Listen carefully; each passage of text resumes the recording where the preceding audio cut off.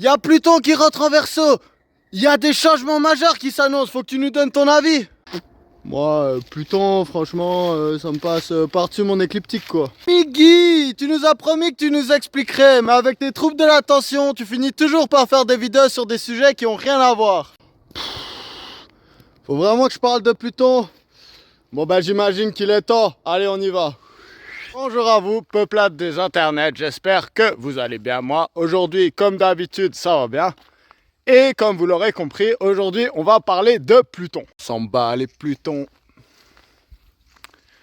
On s'en bat les Plutons. Alors, il y a de ça quelques années, j'ai fait une vidéo où j'ai parlé brièvement de Pluton. Il me semble que ça devait être une vidéo sur les scorpions. Et dans cette vidéo, je vous ai expliqué que j'avais quand même pas mal de scepticisme par rapport à l'impact de Pluton en astrologie. Parce que pour moi, Pluton, en fait, on en fait une énorme histoire gigantissime pour une toute petite planète tellement petite et tellement loin de nous, et qui en plus, elle tourne même pas dans le même plan que les autres planètes. Au moment où je vous tourne cette vidéo, on est en novembre 2024. Le moment où Pluton vient de se réinstaller pour les 20 prochaines années dans le signe des Verseaux. Donc je dis réinstaller parce qu'en 2023, elle a fait un petit coucou et c'est environ 20 ans, donc jusqu'en 2044. Mais je crois qu'en 2042 déjà, elle va aller du coup en Poisson avant de, comme elle a fait en 2023, revenir un petit coup en Verseau avant de se réinstaller en Poisson. Mais bon, 2042, on aura tous déjà le chip dans le cerveau, donc est-ce qu'on s'en rappellera encore? Donc voilà, maintenant je vais vous expliquer un peu astronomiquement pourquoi Pluton c'est vraiment une planète à part en fait, et pourquoi d'après moi son rôle dans l'astrologie, il est contestable. Alors déjà, on pourrait commencer par le fait que l'astrologie c'est quelque chose de très vieux, et que ça se concentre beaucoup sur les luminaires qu'on peut voir en fait, les astres qu'on peut voir. Donc les astres qu'on peut voir à l'œil nu dans le ciel, ça va de Mercure à Saturne. C'est pour ça que les planètes qui sont plus loin que Saturne dans le système solaire, Uranus, Neptune et Pluton, on les appelle les transsaturniennes. Donc elles ont été découvertes grâce à des télescopes. D'ailleurs, c'est vraiment fascinant comment ils ont découvert ça. Donc c'est là où on voit la dédication du cerveau humain quand il se met à vraiment chercher quelque chose. C'est qu'ils ont observé les orbites de Jupiter et de Saturne. Donc là, je vous rappelle, il n'y a pas d'ordinateur. Hein. Là, c'est Galilée avec sa lunette et les ancêtres de Galilée après. Et du coup, en fait, ils ont remarqué qu'il y avait un peu des irrégularités, des anomalies. Et du coup, ils en ont déduit, grâce aux théories scientifiques qu'ils avaient déjà à l'époque, aux découvertes de Newton, tout ça, sur la gravité. Ils ont pu déduire, en fait, qu'il y avait des gros objets encore dans le système solaire qui justement perturbaient les orbites de Jupiter et Saturne et du reste des planètes. Et du coup, c'est en faisant leurs calculs, leurs prédictions et tout, qu'ils ont pu commencer à chercher dans certains endroits du ciel et qu'ils ont découvert du coup Uranus et Neptune. Alors je vais vous expliquer mes 3 points de scepticisme. Le premier, c'est la distance, le deuxième, c'est la taille de l'objet et la troisième, c'est son plan orbital.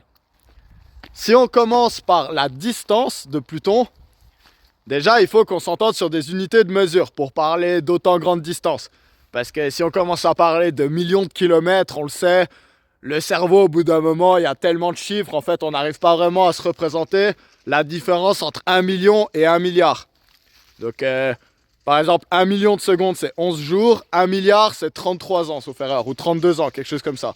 Donc, on remarque bien que 1 million, 1 milliard, dans notre tête, ça n'a pas beaucoup de différence. Si on parle de 11 jours et de 32 ans, on voit bien que c'est pas la même chose. Donc, qu'est-ce que c'est l'unité de distance en astronomie? C'est le UA, unité astronomique. Et cette unité, comment elle a été choisie? C'est grossièrement la distance moyenne entre la Terre et le Soleil. Alors on le sait, ça change un peu parce que, évidemment, toutes les planètes, elles sont un peu influencées par les autres corps. Et du coup, c'est pas une écliptique qui est justement super droite, une orbite qui est super égale partout. Donc la Terre, c'est 1 UA du Soleil. Jupiter, qui est quand même beaucoup plus loin, c'est pas Mars ou Vénus qui sont les planètes les plus proches. Jupiter, son orbite moyenne, c'est 5 UA. Donc 5 fois plus éloigné en moyenne du Soleil que la Terre ne l'est. Neptune, dont je vous ai parlé avant, Donc je vous ai dit, voilà, Jupiter, on le voit dans le ciel, c'est un des astres les plus brillants, à part Vénus qui reste proche du Soleil, Vénus ou Mercure. Jupiter, c'est vraiment très voyant, c'est à 5 UA. Neptune, je vous ai dit qu'il faut aller la chercher, la moyenne c'est 30 UA, 30 unités astronomiques. Donc on est quelque part qui est 6 fois plus loin du Soleil que Jupiter. Et c'est là qu'on voit que souvent les images qu'on a en fait du système solaire, elles sont pas à échelle en fait. Parce que sinon ça serait tellement grand les derniers cercles que forcément ça rentrerait pas dans les petites images où souvent on met un peu équidistance entre chaque planète. Mais il faut comprendre, c'est pas du tout comme ça. Et du coup Pluton c'est à combien? Pluton c'est entre 50 et 30 UA. Donc déjà là on se dit ok, 50 et 30, ça veut dire qu'il y a un moment où en fait Pluton est plus proche du Soleil que Neptune. Et il y a un moment où elle est 2 fois plus éloignée.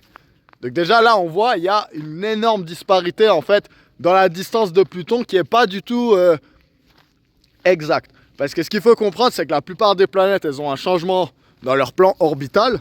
C'est pas toujours à équidistance du Soleil. Mais c'est à moins d'1% de différence d'habitude. Donc il faut vraiment se comprendre. C'est là où de nouveau respect à ces astronomes qui cherchaient avec juste des lunettes. C'est qu'ils notent des différences de degrés d'inclinaison dans leur axe, mais c'est des 0,01% de là où ça devrait pas être. Et là on parle de trucs qui brillent dans le ciel. Donc on applaudit les astronomes d'avant parce qu'ils sont quand même vachement balèzes d'avoir pu réaliser ça. Mais du coup Pluton ça a été tellement dur à trouver parce que justement, pourquoi une planète elle peut changer autant de distance par rapport au Soleil? Du coup souvent ils l'ont cherché. Donc ils avaient réussi à calculer que ça sera environ 45 UA. Mais si tu le cherches quand elle est à 30 UA, ça n'a rien à voir en fait. Tu ne regardes pas du tout dans le même endroit dans le ciel. Maintenant, on va parler de la taille de Pluton. Parce que la taille, ça compte. Hein. On va comparer ça à la Lune. Parce que voilà, la Lune, on arrive à se représenter la taille que ça fait. Alors, il y a une petite anecdote intéressante. C'est que la Lune, dans le ciel, elle fait la même taille que le Soleil. C'est un hasard. Alors voilà, moi, je pense pas que c'est un hasard. Mais on n'arrive pas forcément à expliquer pourquoi. Mais la Lune, elle est 400 fois plus petite de diamètre que le Soleil. Donc dans le ciel, ça fait cette distance et le Soleil, il a la même taille en fait, même diamètre. Mais la Lune est 400 fois plus proche de nous que le Soleil. Donc elle a un 400e d'UA. Et du coup, même si la Lune est vraiment plus petite que le Soleil, par rapport à nous, ça représente la même taille. Et ce qu'il faut comprendre, c'est que la Lune, c'est spécial justement par rapport à la Terre. C'est que la Lune, c'est le plus grand satellite du système solaire en rapport avec la taille de la planète autour de laquelle elle orbite. Parce qu'évidemment, Saturne et Jupiter, probablement Uranus et Neptune aussi, ils ont des satellites qui sont beaucoup plus grands. Donc il y a Titan, Europe, beaucoup de satellites qui sont gigantesques. Mais du coup, la Lune, elle est quand même, c'est un satellite qui est grand par rapport à sa planète. Mais du coup, maintenant, on va comparer à Pluton. Le diamètre de la Lune, c'est 3000 km. Le diamètre de Pluton, c'est 2000. Donc, Pluton est 2/3 plus petite que la Lune. Donc là, on est en train de parler, la Lune, elle a un 400e d'UA de nous. Donc 0,0025 UA. Pluton a 50 UA. Donc je sais pas si vous réalisez, 40 fois 400 fois 50, ça fait 20 000, c'est ça? Ouais, ça fait 20 000. Donc on est en train de parler d'un objet qui est 20 000 fois plus loin que nous que la Lune et qui est 2/3 plus petit. Donc pour que vous fassiez un ordre d'idée. Ce qu'il faut comprendre aussi par rapport à Pluton et sa taille, c'est qu'il y a des autres planètes naines qui ont été découvertes, donc des autres transneptuniennes, plus loin que Neptune. Et il y en a certaines qui sont plus grandes. Donc par la masse. Eris par exemple est plus grande par la masse. Elle a un diamètre un petit peu plus petit, mais sa composition différente fait qu'elle est plus lourde. Et après, il y a pas mal d'autres astéroïdes qui ont des tailles similaires. Et ben voilà, en astrologie, on va pas leur donner beaucoup d'importance. Donc les Cérès, les Pallas, tous ces trucs. Voilà, en général, c'est relégué à un plan un peu différent. Eris, on n'en parle pas. Donc voilà, c'est aussi un point que je rajouterais sur le scepticisme que j'ai par rapport à Pluton. Donc voilà, une image vaut mieux que 1000 mots. Et avec cette image, vous voyez bien que l'orbite de Pluton, elle n'a rien à voir avec les orbites des autres planètes. Les autres planètes, en gros, elles suivent le plan de l'écliptique. C'est-à-dire qu'elles sont environ toutes sur le même plan d'orbite que la Terre par rapport au Soleil. Celle qui change le plus, c'est Mercure. Elle a un plan d'inclinaison d'environ 7 degrés. Et 7 degrés, quand on est autant proche du Soleil, ça fait que la distance entre le point le plus proche et le plus éloigné du Soleil dans son orbite, c'est pas gigantesque. Par contre, avec Pluton, qui est incliné de 17 degrés, là, on a cette énorme disparité qui fait qu'à son point le plus proche, elle est à environ 20 UA du Soleil, et à son point le plus éloigné, à plus de 50. Donc on voit bien que, de nouveau, par rapport aux ordres de distance, on est dans quelque chose qui a absolument rien à voir. Donc voilà d'où vient un peu mon scepticisme autour du rôle de la planète Pluton en astrologie. Après, voilà quoi, je l'enlève pas. L'astrologie, de toute façon, ça reste quelque chose où il faut quand même un peu se demander c'est quoi le rapport entre la personnalité des planètes et tout. Donc voilà, je suis d'accord que dans ce sujet, ça serait un peu paradoxal en fait que je commence à dire mais non, il n'y a pas de rapport en fait, parce que c'est la même chose que les gens ils disent par rapport à Jupiter ou j'en sais rien quoi en fait. Donc je vais pas tomber dans ces travers, mais tout de même voilà, ça explique pourquoi. En fait, d'après moi, Pluton est un peu romantisé, on va dire, parce que voilà, c'est la planète d'Hadès, c'est la planète de l'obsession, c'est la planète des grandes transformations. Il y a ce lien direct avec le Scorpion. Et on le sait, le Scorpion, c'est un signe qui fascine, c'est un signe qui passionne. Et du coup, voilà, il y a un côté un peu dark, et cool, je dirais, à se dire, ah voilà, moi je suis plutonien, j'ai Pluton en Scorpion, c'est vraiment quelque chose d'important dans ma personnalité. Et du coup, après, on a des planètes qui font des aspects avec Pluton. Je vais avoir de la neige partout sur moi, mais ça fait plaisir. Et du coup, voilà, moi j'ai, en général, Pluton, j'y accorde pas énormément d'importance. Après, c'est vrai que peut-être quelqu'un va avoir la Lune conjointe à Pluton, et du coup, ça va lui donner cet aspect très plutonesque, justement.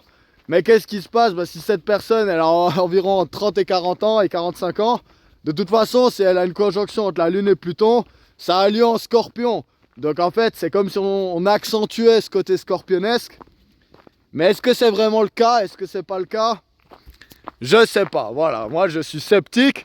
Mais néanmoins, je vais quand même vous expliquer qu'est-ce que le transit de Pluton en Verseau, il pourrait vouloir signifier. Le vent vive le vent d'hiver, qui s'en va soufflant, soufflant vers le grand sapin et oh. Je vais commencer par vous expliquer la différence entre le signe du Capricorne et le signe du Verseau. Parce que c'est deux signes qui sont traditionnellement gouvernés par la même planète, c'est-à-dire Saturne. Même si après, on a mis Uranus comme seconde maîtrise pour le signe des Verseaux. Uranus que je vais aussi parler, vous inquiétez pas. Alors, ce qu'il faut comprendre en fait, déjà, c'est que Saturne fait opposition aux deux luminaires. Donc, les deux luminaires, c'est le Soleil et la Lune, c'est les planètes les plus importantes. C'est celles qui mettent vraiment la lumière en fait sur notre individualité.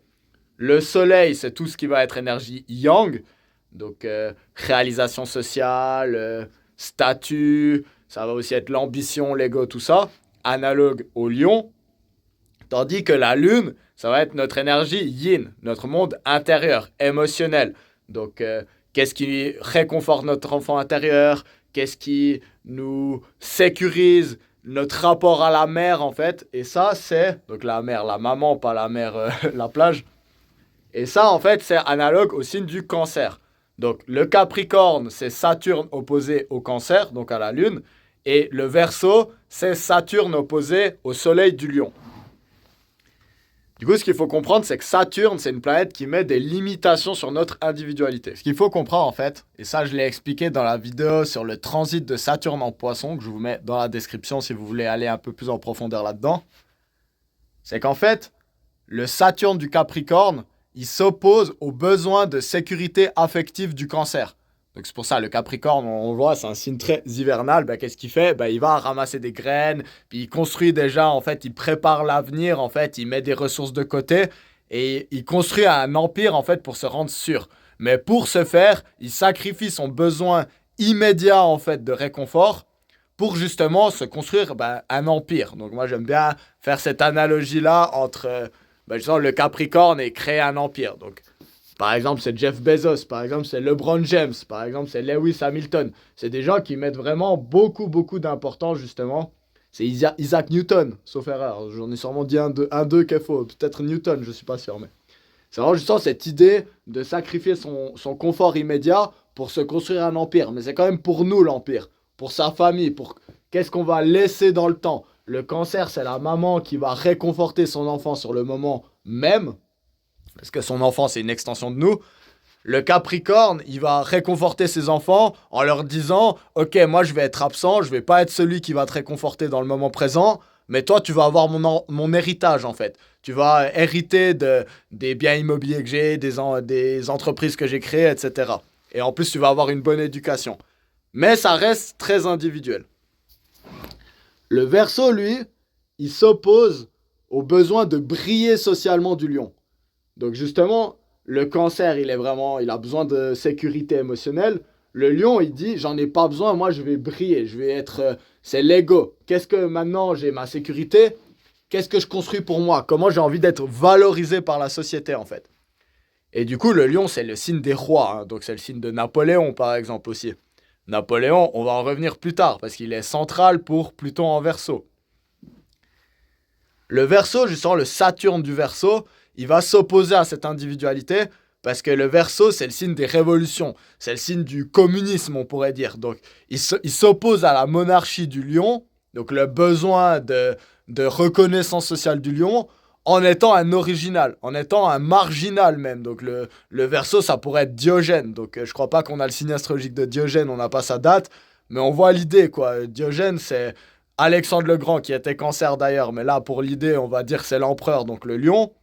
Alexandre le Grand, il brille, et Diogène, il dit « Casse-toi de mon soleil, moi je vais être à poil dans mon tonneau, je m'en fous de ta réalisation sociale, en fait. » Du coup, cette transition, il faut bien la comprendre.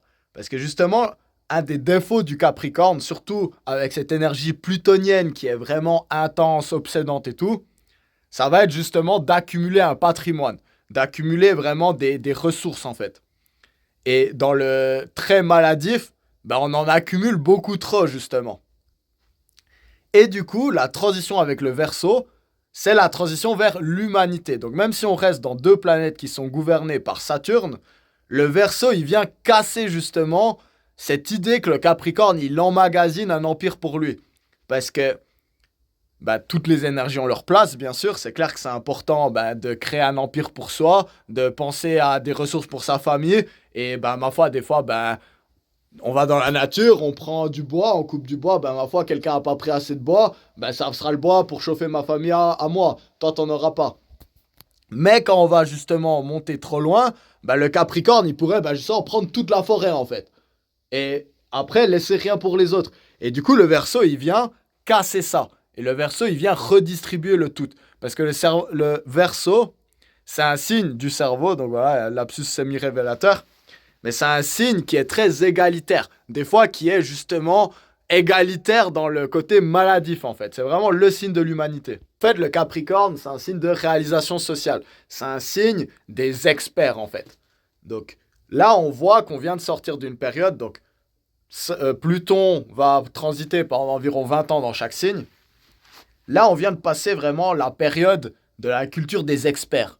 C'est quoi tes sources? Parce que c'est quoi tes sources? Et il me faut un expert. Parce que l'expert, il a accumulé son savoir tout le long, son expertise. Et du coup, c'est lui qu'il faut écouter. Et du coup, la période Pluton en Capricorne, elle va donner beaucoup d'importance à ça. C'est qui les gens les plus riches? C'est qui ceux qui ont le plus réussi? Donc voilà, j'en reviens au basket. C'est qui le GOAT? C'est qui la chèvre? D'ailleurs, vous voyez comme tout est lié. Le GOAT, la chèvre, le Capricorne. Donc on se demande vraiment qui a fait le plus d'accomplissements. Et on va le mettre en avant vraiment fort. Et en fait, la théorie, ça serait que le transit de Pluton en Verseau vient faire tout s'effondrer. Parce que justement, au début, c'est bien, c'est important, justement. Il faut reconnaître qu'il y a des gens, c'est des experts. Donc il y a des gens qui ont travaillé avec beaucoup de rigueur, justement, pour pouvoir arriver où ils sont. Et dans cette période du Capricorne, on va les reconnaître. Ah oui, c'est bien. C'est un peu patriarcal, entre guillemets, justement. Et après, le Verseau, il vient tout changer. Parce que qu'est-ce qu'il remarque? Il remarque que le Capricorne, ça peut être un signe qui est déjà égoïste et déconnecté justement de la réalité émotionnelle du reste du zodiaque. Et aussi, c'est un signe qui est très centré sur lui-même. De nouveau, c'est ça, legacy, le truc le plus important. Et du coup, c'est quoi vraiment qu'on peut voir avec le Verseau? L'analogie pour moi qui est vraiment parfaite du Verseau, c'est Internet. Internet, c'est vraiment la base. Donc, qu'est-ce qu'on voit comme grosse différence? Donc là, Donald Trump vient d'être élu président des États-Unis.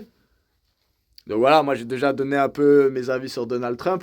Beaucoup plus sur Instagram, sur YouTube d'ailleurs. Mais j'ai fait une vidéo de son thème astral que je vous mets dans la description aussi, parce que c'est intéressant.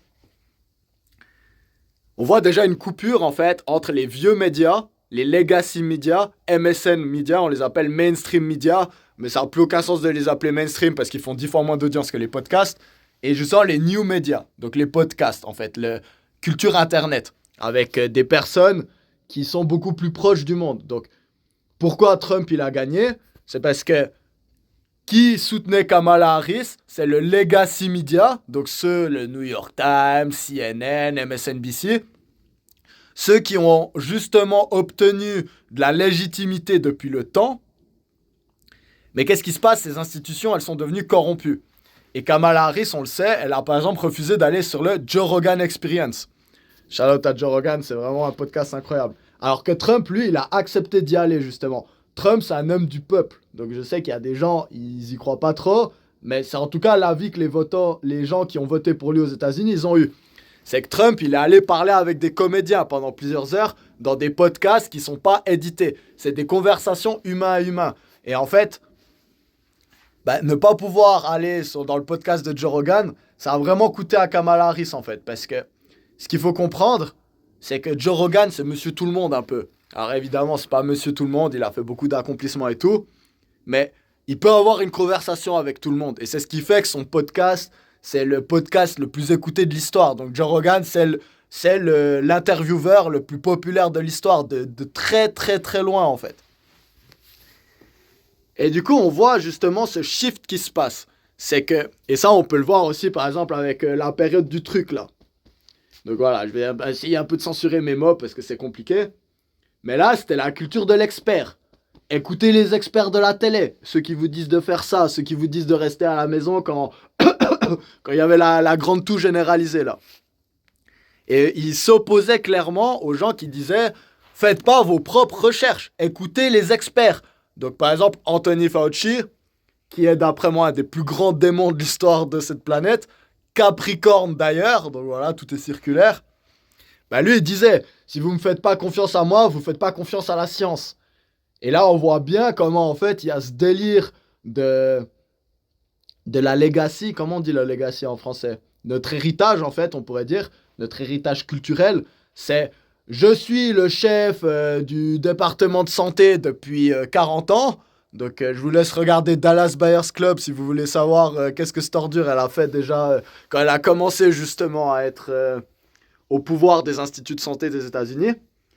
Et ça en vient jusqu'à un ego trip de dire ne faites pas vos propres recherches, croyez l'autorité. Ce qui est totalement anti-scientifique. En fait, la science, ça marche pas du tout comme ça. Hein. Donc la science, c'est égal si c'est Albert Einstein qui fait une théorie ou si c'est un enfant. On doit la traiter de la même manière. Donc on pose une hypothèse, on la teste, et après on en tire des conclusions. On va corriger notre flux. C'est pas faites confiance à lui parce qu'il a une blouse blanche. Donc ça, c'est une très mauvaise idée. Hein. Et du coup, on le voit justement, tous ces Anthony Fauci qui étaient hyper alliés avec les legacy media, qui nous disaient tous la même chose par rapport à cette crise qu'on a vécue. On l'a vu, ils ont beaucoup menti en fait, et ils ont totalement perdu leur crédibilité. Et du coup, ce renversement du Verseau, ça redonne le pouvoir en fait aux hommes du peuple, au journalisme citoyen. Donc par exemple, je fais un shout-out à Idriss Aberkan en France. Donc je trouve qu'il y a un formidable journaliste citoyen, parce qu'il va donner la parole à beaucoup d'experts pour le coup, Mais il va pas leur dire, voilà, vous l'écoutez lui parce que c'est un expert. Il va avoir des voix un peu qui ont des avis divergents. Il va essayer de, justement, apporter de la nuance. Il va reconnaître quand il s'est trompé. Et il va pas être dans cet ego trip. Alors lui, il est dans des autres ego trips, je vais pas dire le contraire. Mais il va pas être dans celui de dire, justement, je fais autorité sur les médias. Parce que ça, on peut voir dans cette transition, justement, dans l'ère de Pluton en Verseau. On peut se dire, ah ben génial, on renverse les autorités et tout, c'est super cool. Mais voilà, chaque énergie, elle a des qualités, elle a des défauts justement quand elle est entraînée beaucoup trop loin. Et là, on va faire une petite rétrospective historique en fait sur le dernier transit de Pluton en Verseau justement. Et ça, c'était dans les années 1780. Donc, qu'est-ce qui s'est passé autour de cette époque-là? Alors, mes amis français, vous le saurez mieux que moi. C'était quoi? La prise de la Bastille? 14 juillet 1792, c'est ça? 92, 92, vous vous dites avec vos numéros trop bizarres. Mais en gros, voilà, dans cette période-là, qu'est-ce qu'il y a eu? On a littéralement coupé la tête au roi. Hein. Donc, le Verseau, il est intransigeant, c'est un signe fixe. Il a réalisé, ok, là, la monarchie, ça va pas du tout. Et qu'est-ce qui s'est passé? Il y a eu une révolution gigantesque. Le peuple s'est soulevé. Mais qu'est-ce qui se passe souvent? Voilà, le peuple il se soulève, mais après il y a un système d'entropie qui se crée. Et en général, quand on commence à couper les têtes, malheureusement c'est assez dur d'arrêter. Puis en général, on commence à en couper beaucoup trop. Donc voilà, Lavoisier, un des plus grands scientifiques de l'histoire, il a été totalement pris dans l'histoire parce qu'il travaillait pour la couronne, parce que voilà, c'était la meilleure opportunité de travail pour faire ses recherches. Et du coup, on a fini par vraiment arbitrairement faire beaucoup de mal. Donc, c'était pas une période de Verseau, mais on le sait, par exemple, dans la révolution bolchevique, on a fini par tuer la famille du tsar, y compris les enfants. Donc, vous voyez, cette énergie du Verseau qui est poussée trop loin, en fait, cette énergie révolutionnaire uranienne, parce que Uranus, c'est cette planète qui représente les grandes révolutions, ça peut avoir justement des mauvais aspects. Donc, voilà, la Révolution française, c'est génial. On a renversé la monarchie, le roi et l'église. Et on l'a remplacé par Napoléon et les francs-maçons. Donc, vous voyez, on n'est même pas encore vraiment sorti de cette époque-là. C'est maintenant qu'il y a les grandes révolutions numériques qu'il faut qu'on commence à avoir un tout autre, en fait, une toute autre vision encore. Après avoir fait une grande orbite autour du Soleil, on commence à avoir une autre vision, en fait, du pouvoir et de tout ça. Quelque chose de plus décentralisé, quelque chose de plus Verseau.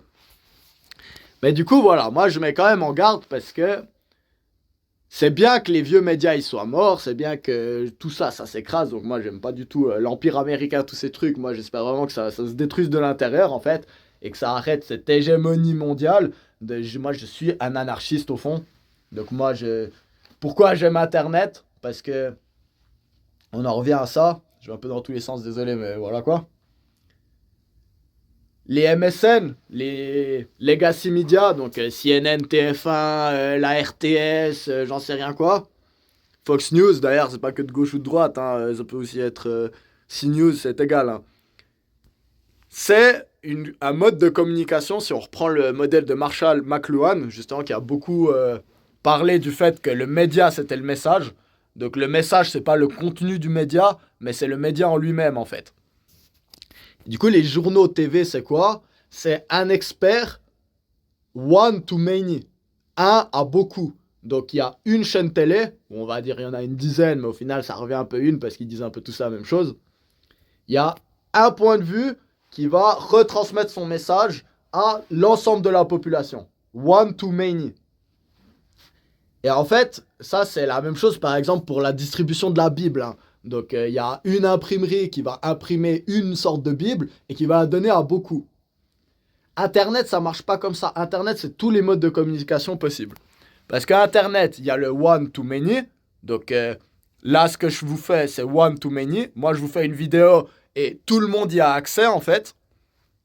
Mais Internet, c'est aussi one to one. Donc, par exemple, si vous envoyez un message WhatsApp à quelqu'un, vous êtes une personne qui communique avec une. Mais ça peut être un groupe. Donc, par exemple, vous êtes sur un groupe Telegram qui est fermé, où vous êtes 50 membres dedans, et vous vous envoyez vos informations entre vous, et les autres n'y ont pas accès. Comme ça peut être un forum, en fait, où tout le monde a accès, tout le monde peut parler et échanger en même temps, en fait. Donc, vous voyez, c'est un peu cette idée-là. C'est qu'on change le roi de l'information donc la télévision par exemple, qui donne une information à tout le monde, la même information à tout le monde. Eh, t'as regardé l'épisode de Plus belle la vie d'hier? Ah bah oui, je l'ai regardé. Alors que Internet, c'est... bah voilà, la série, elle sort sur Netflix, il y a toute la saison d'un coup, et vous la regardez quand vous voulez, en fait. C'est pas un message fixe à un moment donné. Et ça, c'est quelque chose qui est une révolution en soi, vraiment une révolution majeure, parce qu'on le sait, une des caractéristiques de l'humain, c'est la transmission d'informations, c'est le fait qu'on parle, c'est le fait qu'on écrive, c'est le fait qu'on aille sur Internet, qu'on fasse des vidéos, qu'on aille sur des forums, qu'on s'échange des mèmes, des stats, en fait. Et du coup, on peut aller trop loin, en fait, un peu, dans cette déstructuralisation de l'information. Et c'est là où on va avoir les fake news et les théories complotistes bidons. Voilà, alors moi, faut savoir, je suis extrêmement complotiste, donc réveillez-vous si vous l'êtes pas, les complots, ils ont toujours existé, donc j'ai parlé de Révolution française, de choses comme ça, c'est des complots, donc la plupart des révolutions sont basées sur un complot, donc des gens qui se retrouvent entre eux pour essayer de discuter comment ils vont renverser le pouvoir établi pour le prendre pour eux. La plupart des moyens lobbyistes qu'on a aujourd'hui, c'est des complots. Donc ce qui se passe à Davos, c'est des complots. Donc c'est des intérêts privés qui se mettent ensemble pour discuter de comment on va prendre le pouvoir démocratique, si vous y croyez en fait, des autres institutions et supplémenter les institutions nationales. Tout ça, c'est des complots ouverts. Et voilà, il y a plein d'autres complots, on va pas rentrer là-dedans. Donc moi, il y a beaucoup de choses qui se sont passées. Évidemment, il y a eu des mensonges. Et à chaque fois, ils déclassifient 50 ans plus tard pour dire « Ah bah oui, le président à Dallas là, qui s'est fait tuer, effectivement, c'était pas juste un gars un peu fou, quoi. Mais il y a eu un peu des autres intérêts qu'il y a eu. » Voilà, on va pas continuer la liste parce que je pourrais vous faire des vidéos de plusieurs heures là-dessus. Mais maintenant, les complots, ça peut aller trop loin aussi. Donc... vous avez sûrement vu les gens qui pensaient à la Terre plate. Là, on est en train d'aller, justement, bah, c'est bien qu'ils puissent s'exprimer. Moi, je pense que c'est important, vraiment. C'est l'esprit scientifique. Et c'est pour ça que même quand je parle d'héliocentrisme, qu'on tourne autour du Soleil, moi, je continue de dire que c'est une théorie. Parce que moi, je ne l'ai pas prouvé. Moi, je me le suis pas prouvé. En fait, oui, je peux observer. Vous avez bien vu comment je vous ai expliqué que je crois en l'astronomie conventionnelle, aux orbites, tout ça. Mais voilà, je reste quand même... Si on veut avoir la vraie démarche scientifique, il faut continuer de dire que c'est des théories, en fait. Même la 3D, simplement le fait qu'on vive dans un univers 3D, c'est une théorie, hein, donc voilà. Mais du coup, quand on prend l'exemple de la Terre plate, on voit bien, en fait, que ce côté qui est vraiment très latéral de transmission de l'information... Eh ben, des fois, il manque quoi? Ben, des fois, c'est quand même bien d'écouter des experts, en fait. Donc, c'est important. C'est pas leur donner l'autorité absolue, surtout s'ils vous la demandent. Donc, il faut faire très attention aux académiques qui vous disent « Ah, toi, t'as pas de papier, ton avis vaut rien. » Et ils vont pas expliquer pourquoi ton avis vaut rien, mais ils viennent juste expliquer « C'est moi l'expert, c'est moi la blouse blanche, c'est moi qu'il faut écouter. » Et toi, tu dis n'importe quoi. Monsieur Raoult, vous dites du charabia, là? Des fois, c'est bien quand même d'écouter les experts. Bah, typiquement, un Raoul. Donc voilà, ça reste un expert. Moi, je l'écoute, ce gars. C'est toujours marrant quand c'est des journalistes qui vont expliquer qu'il faut pas écouter ce type-là en expliquant que leurs experts à eux, ils sont meilleurs, alors qu'après, tu regardes et qu'ils sont payés par Big Pharma. Bref. Voilà, j'ai dit je parlerai pas plus de complot. C'est pas simple pour moi, il faut m'excuser un peu des fois. Du coup, cette période du Verseau, elle va nous mettre face justement déjà à ce défi de la transmission de l'information. Donc, est-ce qu'on arrive à être malin et pas gober tout ce qu'on nous dit, mais justement comprendre que oui, c'est bien de renverser l'argument d'autorité, mais voilà, il faut quand même... Ça veut pas dire que de l'autre côté, il faut justement mettre Napoléon au pouvoir, donc remplacer Louis XVI par Napoléon, et remplacer justement les legacy media par une culture du choc, par exemple. Parce que les théories du complot qui sont, on va dire, fausses, elles peuvent aussi se propager justement par le caractère un peu, on va dire, sensationnaliste. Et du coup, ça serait important qu'on n'aille pas trop loin là-dedans. Puis d'ailleurs, Trump, moi, je trouve que c'est un très bon exemple. Parce que oui, Trump, homme du peuple, mais faux homme du peuple, justement. C'est un peu...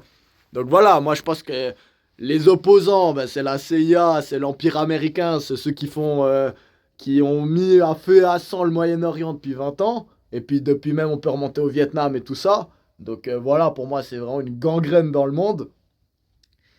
Mais le risque, c'est de croire justement que celui qui s'oppose à l'ancien roi, il veut pas devenir aussi roi de son côté, quoi. Et puis avec Donald Trump, on n'est quand même pas en train de parler d'un homme du peuple qui est exactement homme du peuple. Il est homme du peuple parce qu'il peut parler à tout le monde, il peut travailler au McDo, il peut se mettre dans les baskets de quelqu'un d'autre. Mais de l'autre côté, voilà. Il faut toujours faire attention quand on renverse les institutions parce que par quoi on le remplace, ça peut devenir pire en fait. Puis par exemple, Elon Musk, il a ce côté très verso. Il a Mars en verso, lui. Donc il est cancer, ascendant Gémeaux, lune en vierge, Mars en verso. Donc il a ce côté révolutionnaire et tout. Mais il faut faire attention à pas donner trop de pouvoir aux révolutionnaires en fait. Parce que même si je suis plutôt optimiste par rapport à ce qu'il risque de faire justement à l'administration américaine, à jarter le deep state. Mais voilà, faut faire attention, faut rester sur ses gardes en fait. Parce que de l'autre côté, justement, on parle de Musk, très bonne transition. Qu'est-ce qui risque de se passer dans les 20 prochaines années, d'un point de vue de l'humanité? C'est le transhumanisme. Donc on va avoir le choix, donc on l'a déjà, il y a des gens, ils ont le chip dans le cerveau, donc j'ai fait la blague avant. Mais il y a des gens, ils ont déjà le Neuralink. Donc pour l'instant, c'est des gens tétraplégiques, donc qui peuvent même pas bouger leurs bras, qui maintenant peuvent utiliser un ordinateur.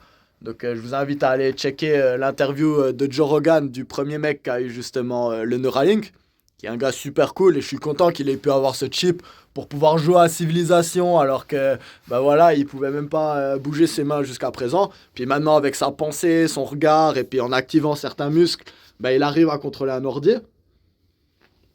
C'est génial, mais voilà, on va pas dire le contraire, que le microchip ou la puce électronique ou le code barre intégré ou j'en sais rien quoi, entre de mauvaises mains, ça peut pas être... voilà, donc moi je sais pas vous, moi le plus longtemps je peux attendre avant de me mettre une puce dans le cerveau, le plus longtemps je le ferai, parce que qu'est-ce qui se passe si on nous hack en fait?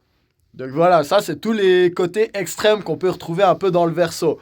Et je finirai ma vidéo là-dessus, par rapport à cette ère du Verseau. Il va y avoir des gros challenges justement d'un point de vue de l'humanité. Et moi je pense que le plus important, c'est la liberté d'expression. Voilà, vous me direz, de nouveau, tu vas dans des sujets de comment tu sautes du coq à l'âne. Mais pour moi, la liberté d'expression, c'est justement ce qui permet d'éviter qu'on rentre dans des travers totalitaires. Donc c'est important qu'on exprime qu'est-ce qu'on pense, qu'on exprime nos doutes. C'est pour ça qu'il y a certains sujets transhumanistes, comme la transidentité, comme le chip dans le cerveau, comme les trucs ARN ou je sais pas quoi. Moi, voilà, je sais que c'est un peu tabou de parler de ces sujets et d'exprimer ses doutes par rapport à ces sujets, mais moi je pense que c'est important quand même. C'est mon avis. Et du coup, je vous le dis. Comme ça, il y a des gens, ils se disent, ok, ouais, il y a des gens, ils sont pas à fond là-dedans non plus. Puis si votre avis, c'est que c'est bien que vous le disiez aussi. C'est bien qu'on ait des discussions. Et d'ailleurs, ça serait bien qu'un peu tout le monde donne son avis sur les sujets. Comme ça aide justement à se centrer et à comprendre où c'est qu'on va en tant que société. Et voilà. Le Verseau, c'est un moment important parce que c'est un signe qui demande qu'on réfléchisse. Qu'on réfléchisse. Et c'est bien beau de dire, ok, il faut couper la tête au roi. Mais si on lui coupe la tête et après on dit, ah ouais, mais en fait, j'ai pas envie de réfléchir par moi-même. Et en fait, on remplace juste le roi par un nouveau roi. Parce que ça, c'est un peu un des travers de l'humanité. C'est qu'on veut pas avoir la responsabilité du sort de notre vie. Et du coup, on cherche justement un leader. On cherche quelqu'un qui peut nous amener là où on veut être amené. Alors, comme j'ai dit, c'est important de tout pondérer. Il y a une place à tout. Mais voilà, c'est important qu'on discute de ces sujets, qu'on discute des chips dans le cerveau, qu'on discute de notre place en tant qu'humain, de notre place en tant que culture, de notre place en tant que société. Est-ce qu'il faut qu'on garde une culture? Ou est-ce que, au contraire, on doit accepter la culture globaliste, où on se mélange tous? Puis alors évidemment, voilà, c'est toujours des nuances. On peut pas en même temps effacer toutes les cultures, parce que quand on détruit une culture, on la remplace par quelque chose d'autre. Et si on ne sait pas exactement par quoi on la remplace, ça peut être très dangereux justement. Et en même temps, voilà, on peut pas garder juste sa culture, rester comme ça, et puis pas la mélanger avec les autres. Parce que là, ça va contre le Verseau Internet qui justement nous permet de mélanger les cultures, de mélanger les points de vue, de mélanger les religions, les croyances en fait, et de réaliser qu'est-ce qui nous unit en tant qu'humanité. Donc voilà, ça c'était la vidéo sur Pluton en Verseau. J'espère qu'elle vous aura plu. J'espère que vous avez compris pourquoi, voilà, j'en parle pas souvent beaucoup de Pluton. Et quand je fais des analyses de thèmes astro, pareil, j'y mets pas beaucoup d'importance. Mais en même temps, j'espère que vous aurez un peu appris qu'est-ce que si en admettant que la planète Pluton elle ait un impact, qu'est-ce que cette ère du Verseau, elle pourrait nous amener justement dans ces 20 prochaines années. Moi, je vais continuer ma balade sous la neige. Je vous fais plein de bisous et j'espère en tout cas que vous vous porterez bien et puis qu'en 2044, on se retrouvera sous cette vidéo et on fera un peu un feedback de ce qui s'est passé ces 20 dernières années. Allez, ciao ciao!